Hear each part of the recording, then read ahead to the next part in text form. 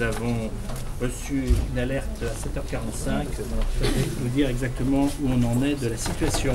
Oui, très bien. Donc, monsieur le préfet, donc, point de situation au CNPE de Chinon. Nous avons été alertés à 7h45 de 2 incidents qui se sont produits au CNPE de Chinon.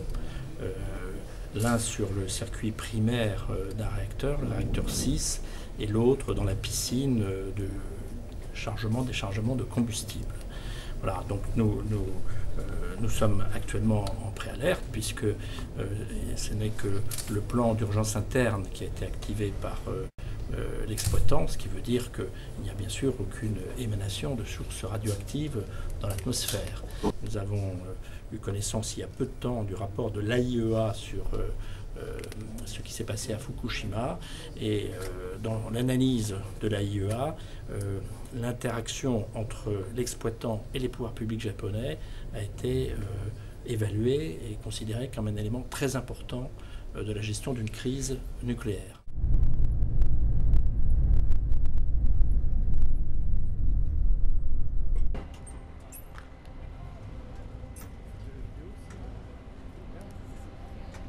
La situation qui jusque-là se déroulait de manière assez linéaire en termes de conduite accidentelle se dégrade et on devrait logiquement déclencher les sirènes PPI dans l'heure qui vient.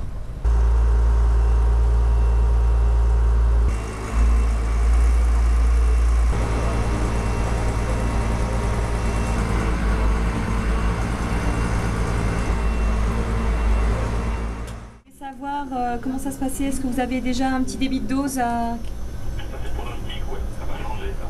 Le pronostic, non, mais est-ce que jusqu'à présent... La balise? La fiche 4, la fiche 4. D'accord, ça marche.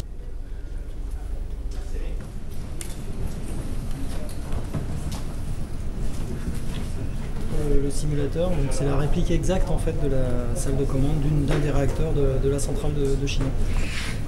Derrière chacun de ces commutateurs, vous avez des équipements, des capteurs, qui vont en fait être un petit peu le système nerveux de la centrale. C'est-à-dire que pour faire bouger un matériel, c'est comme notre corps humain, donc des moyens, des nerfs, des muscles, etc. Ici on est dans le cerveau, on est dans la partie commande et décision, action.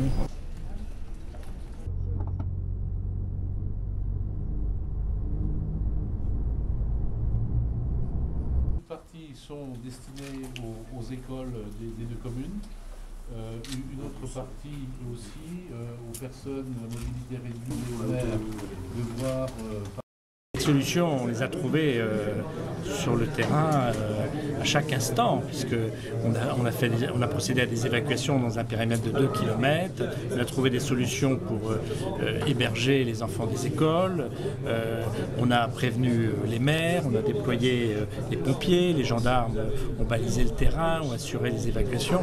Petit couac, donc je crois que là, il y a une sirène de la mairie d'Avoine qui n'a pas fonctionné.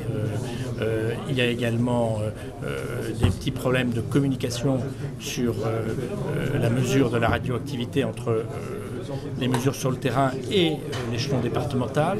Bon, avant que l'évaluation soit faite, il s'est passé 1 heure. Bon, il aurait dû se passer sans doute une demi-heure. Donc là, on a perdu une demi-heure dans la décision.